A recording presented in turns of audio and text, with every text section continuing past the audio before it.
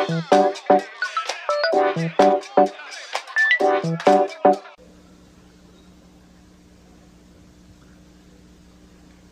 we'll start just 1 second. Everybody has a chance to get to their seats.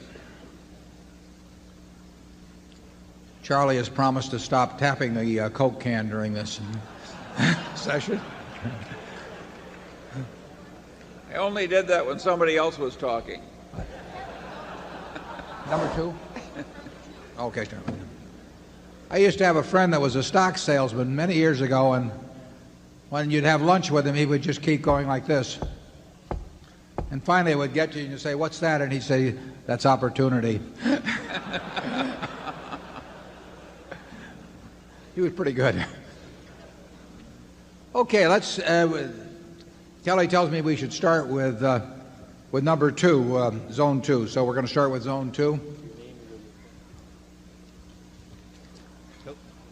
Yes, I'm Fred Cooker from Boulder, Colorado, and this is a question about intrinsic value, and it's a question for both of you because you have written that perhaps you would come up with different answers. You write and speak a great deal about intrinsic value, and you indicate that you try to give shareholders the tools in the annual report so they can come to their own determination.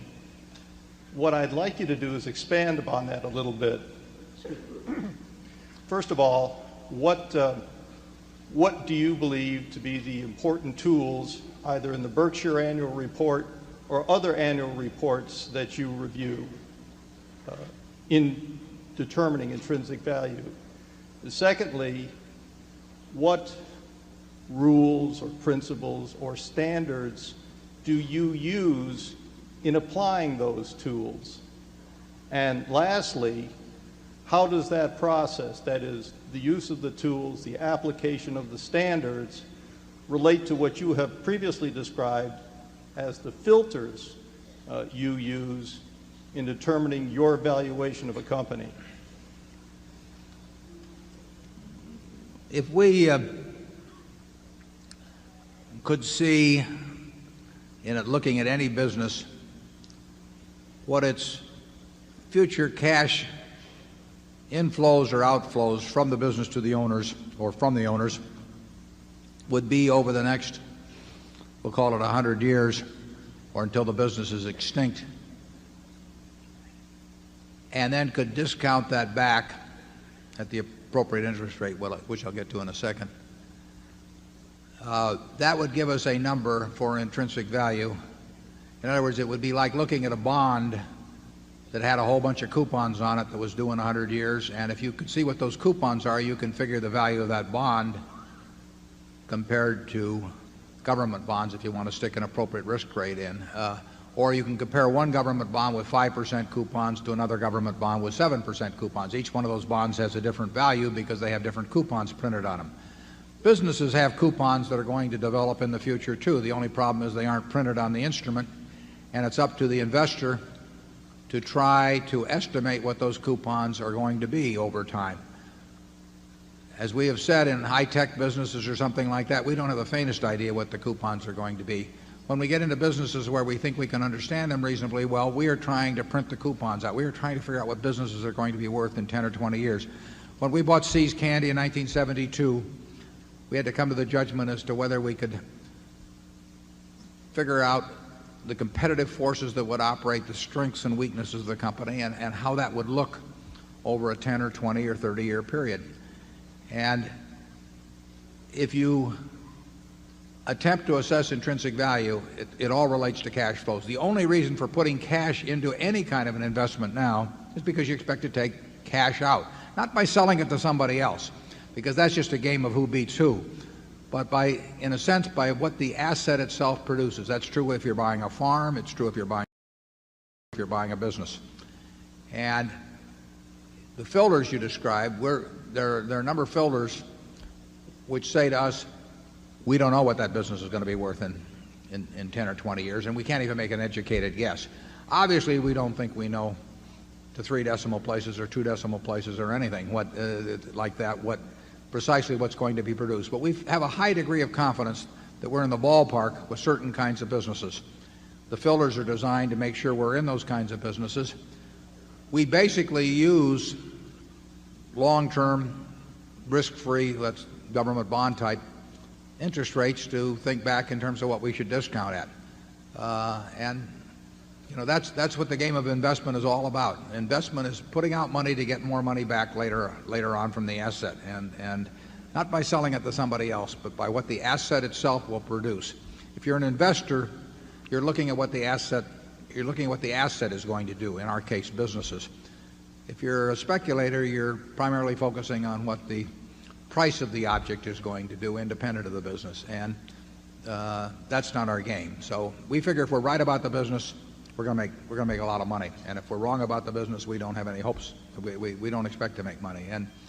And in looking at Berkshire, we try to tell you as much as possible as we can about our business, of the key factors. Those are the things that Charlie and I, the things we put in our report about those businesses are the things that we look at ourselves. So if Charlie had nothing to do with Berkshire, but he looked at our report, he would probably, in my view, he would come to pretty much the same idea of intrinsic value that he would come to from being around it, you know, for X number of years. The information should be there. We give you the information that if the positions were reversed, we would want to get from you. And in companies like Coca-Cola or Gillette or Disney or those kind of businesses, you will see the information in the reports. You have to have some understanding of what they're doing, but you have that in your everyday activities. You'll get that kind of knowledge. You won't get it, you know, in terms of some high-tech company, but you'll get it with those kind of companies. And then you sit down and you try to print out the future. Charlie? I would argue that one filter that's useful in investing is the simple idea of opportunity cost. If you have one opportunity that you already have available in large quantity and you like it better than 98% of the other things you see, well, you can just screen out the other 98% because you already know something better. So that people who have a lot of opportunities tend to make better investments than people that don't have a lot of opportunities, and people who have very good opportunities, and using a concept of opportunity cost, they can make better decisions about what to buy. With this attitude, you get a concentrated portfolio, which we don't mind. That practice of ours, which is so simple, is not widely copied. I do not know why. Now, it's copied among the Berkshire shareholders. I mean, all of you people have learned it. But it's not the standard in investment management, even at great universities and other intellectual institutions. Very interesting question. If we're right, why are so many eminent places so wrong? There are several possible answers to that question. Yes.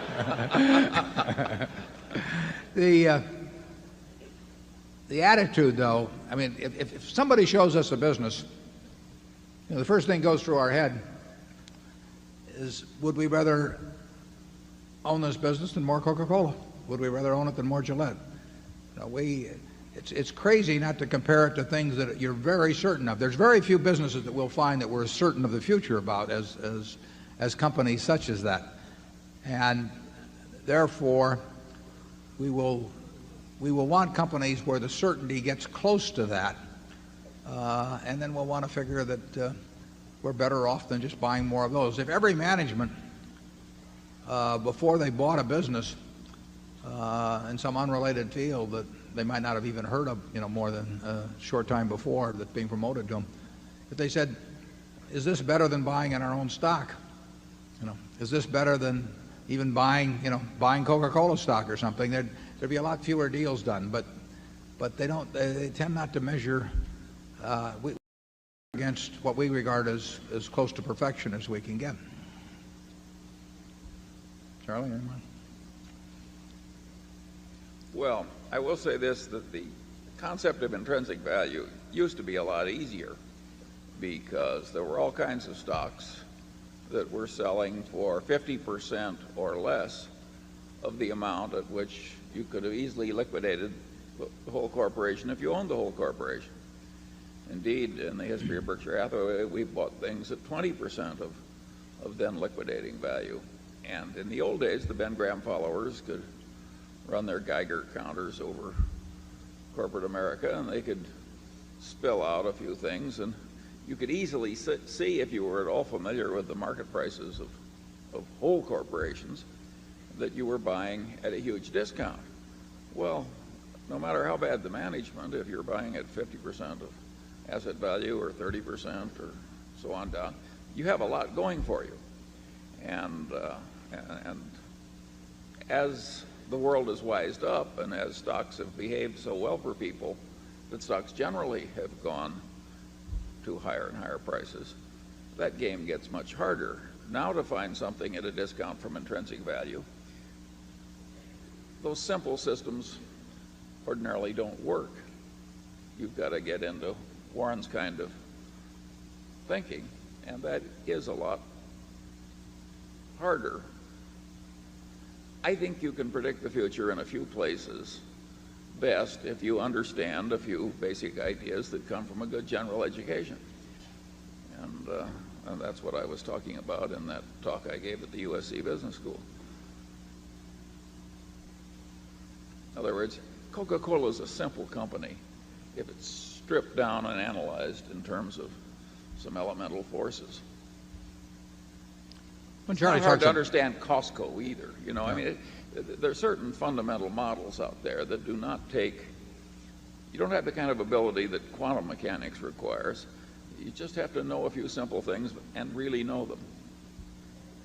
When Charlie talks about liquidating value, he's not talking about closing up the enterprise, but he's talking about what somebody else would pay for that stream of cash, too. I mean, if you could have looked at a collection of television stations owned by a Cap Cities, for example, in the early to mid, 1974, and it would have been worth, we'll say, 4 times what the company was selling for. Not because you'd close the stations, but just their stream of income was worth that to somebody else. It's just that the marketplace was very depressed, although, like I say, on a negotiated basis, you could have gone and sold the properties for 4 times what the company was selling for, and you got wonderful management. And I mean, those things happen in markets. They will happen again. But part of investing and calculating intrinsic values is if you get the wrong answer when you get through. In other words, if it says don't buy, you can't buy just because somebody else thinks it's going to go up or because your friends have made a lot of easy money lately or anything of the sort.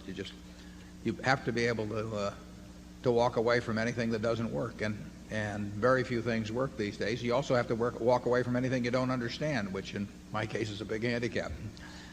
But you'd agree with Warren that it's much harder now. Yeah, but I would also agree that almost at any time over the last 40 years that we've been up on a podium, we would have said it was much harder in the past, too. But it is harder now. It's way harder. But part of it being harder now, too, is the amount of capital we run. I mean, if we were running $100,000, our prospects for returns would be, and we really needed the money, our prospects for return would be considerably better than they are running Berkshire. It's very simple. Our universe of possible ideas would expand by a huge factor. We are looking at things today that, by their nature, a lot of people are looking at, and there were times in the past when we were looking at things that very few people were looking at. But there were other times in the past when we were looking at things where the whole world was just looking at them kind of crazy, and that's a decided help.